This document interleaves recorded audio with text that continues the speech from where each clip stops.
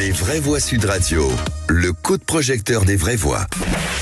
La Commission européenne, par la voix de sa présidente Ursula von der Leyen, a annoncé vouloir ouvrir les négociations d'adhésion de la Bosnie-Herzégovine à l'Union européenne. Depuis 1957, l'Union européenne s'est élargie 7 fois. Nous avons donc le devoir historique, non pas de faire comme on a toujours fait et de dire la seule réponse est l'adhésion, mais d'ouvrir une réflexion sur l'organisation de notre continent. Mais l'Europe peut-elle accueillir tous les pays candidats qui se prestent aux portes de l'UE? La question, c'est pas si on doit élargir, ni quand, c'est le plus vite possible. Et la vraie question, c'est comment est-ce qu'on élargit. Madame von der Leyen continue donc d'imposer sa folle politique d'élargissement de l'Union européenne, qui n'est en réalité qu'une fuite en avant.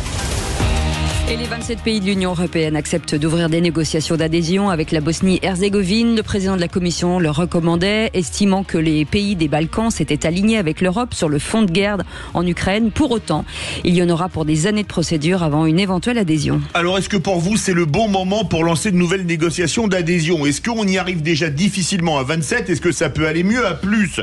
Est-ce qu'on a les moyens d'intégrer de nouveaux pays? Faut-il encore élargir l'UE? Vous dites non à 95%. Vous voulez réagir? Le 0826 300 300. Et Sandrine Gaudin est avec nous, responsable du laboratoire des idées du mouvement européen France, vice-gouverneur de la Banque de développement du Conseil de l'Europe et ancienne secrétaire générale aux affaires européennes du gouvernement. Bonsoir, merci d'être avec nous. Avant de revenir à vous, Madame Gaudin, un petit tour de table avec nos vraies voix. Philippe Bilger.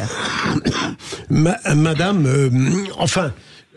elle répondra, Madame Gaudin répondra tout à l'heure. Je me pose une interrogation qui va vous sembler un petit peu basique, élémentaire.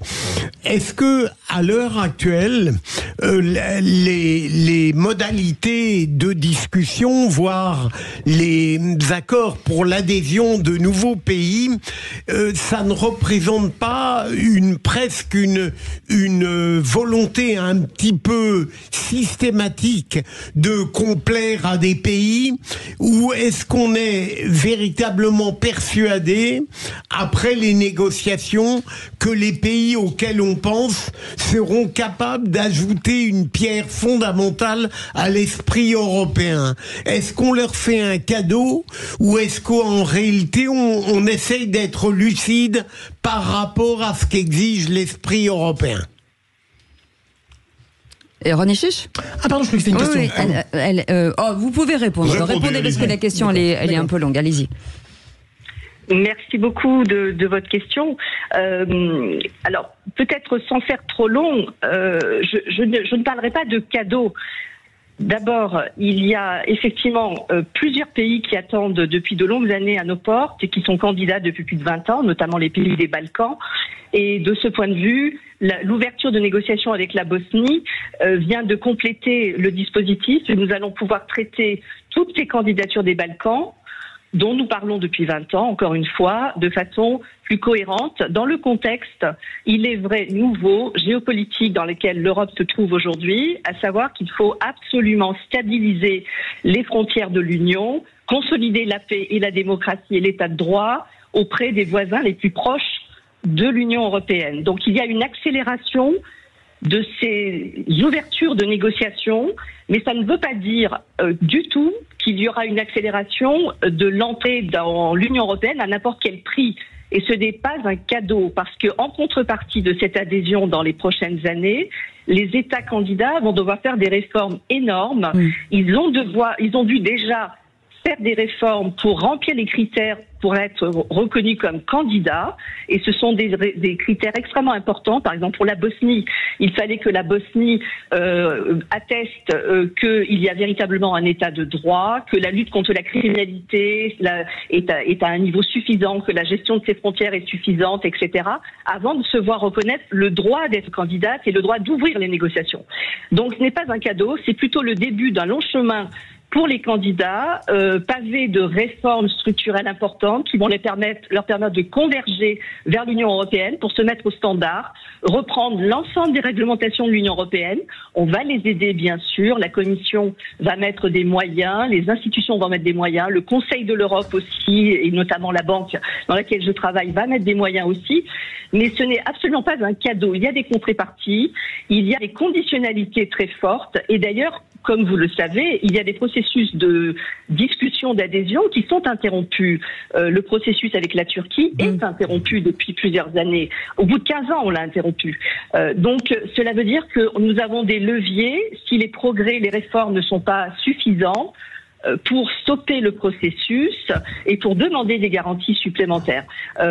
Donc, après, la question de savoir s'il y a adhésion aux idées européennes, et l'aspiration européenne, le fait de demander et d'accéder à l'Union est déjà un signe d'une aspiration européenne et d'une reconnaissance de la volonté d'adhésion. On va faire réagir René Chiche et Mickaël Sadoun. Alors moi je vais répondre à la question que vous avez posée, Philippe et Cécile, concernant l'élargissement. Moi je ne suis pas opposé à l'élargissement, vu le contexte d'ailleurs actuel, puisque par exemple la Russie a attaqué l'Ukraine, entre autres parce que l'Ukraine aspirait à entrer dans l'Union européenne et ensuite à l'OTAN. C'est quand même l'une des raisons comme de cette attaque. Je pense qu'en plus l'Union européenne permet quand même de protéger face non seulement à la Russie pour des questions militaires, mais aussi face aux autres grands blocs que sont la Chine, les USA et l'Inde. Et l'Inde, faut pas l'oublier. Et l'Europe quand même réunie permet quand même de mieux résister à tous les niveaux, au niveau militaire, au niveau économique, au niveau numérique. Et dernière chose, on dit que parfois le fait d'être dans l'Union européenne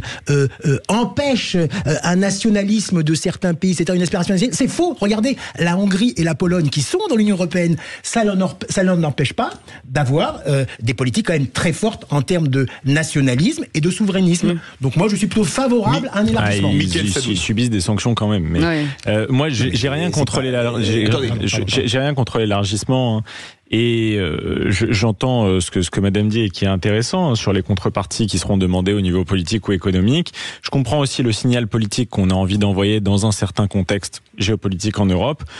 Ceci dit, je suis pas sûr que le signal politique soit la meilleure raison d'intégrer un pays dans l'Union européenne. Et je m'explique, c'est que la communauté économique européenne intégrait relativement bien les économies jusque dans les années 80.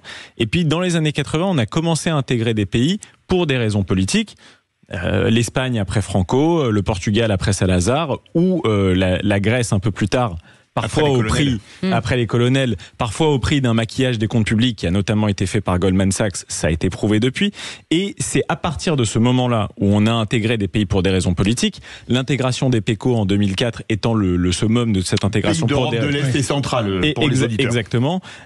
C'est à partir de ce moment-là, je considère qu'il y a eu un dérèglement économique de l'Union européenne parce qu'on a fini par intégrer des économies qui étaient trop différentes. Et aujourd'hui, je constate qu'en effet, la Bosnie-Herzégovine est une économie qui n'est pas vraiment comparable à celle des pays d'Europe de l'Ouest. Le revenu moyen y est 4 fois inférieur.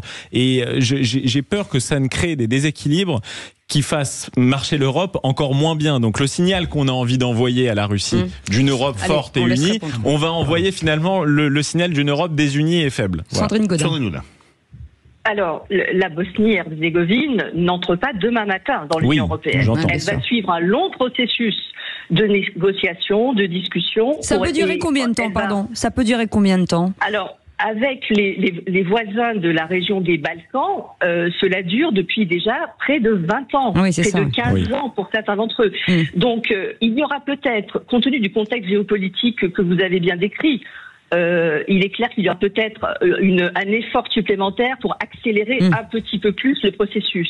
Parce qu'il faut absolument que ces pays voisins restent dans le giron européen pour éviter l'influence russe, et vous en avez parlé fort justement. Mais le processus reste long et contraignant et exigeant.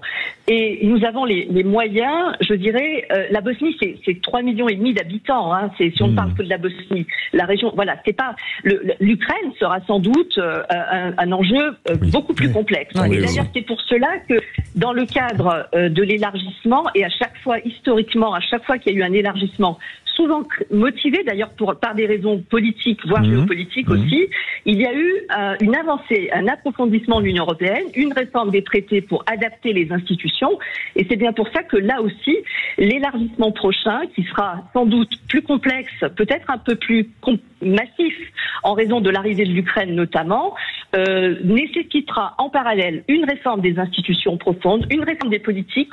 On voit déjà l'influence des produits ukrainiens sur les marchés agricoles de l'Union européenne et nécessitera une meilleure capacité de l'Union européenne pour absorber, je dirais, elle aussi, ce choc-là. S'agissant des divergences macroéconomiques et des niveaux de vie qui sont différents, c'est évident. C'est évident qu'il y a aujourd'hui un écart énorme entre la Bosnie-Herzégovine et la France ou l'Allemagne. C'est clair. Mais justement, il y a des outils, il y a des fonds de cohésion de l'Union européenne, il y a des prêts de la Banque européenne d'investissement, des prêts de la Commission, des prêts de la Banque de développement du Conseil de l'Europe pour aider à rehausser le niveau d'investissement de ces États, les ramener aux standards européens et faire en sorte qu'il y ait une convergence plus grande. Après, cela prend des années, années encore une fois, avant l'entrée effective. Et après l'entrée dans l'Union, il y a aussi un certain temps avant que les nouveaux membres arrivent au même niveau que les États les plus anciens. Et pour cela, il y a des périodes de transition qui sont prévues pour toute une série de politiques. Merci mille fois, Sandrine Gaudin, responsable du laboratoire des idées au Mouvement européen France, vice-gouverneur à la Banque du développement du Conseil de l'Europe et ancienne secrétaire générale aux affaires européennes du gouvernement. On vous remercie en tout cas d'avoir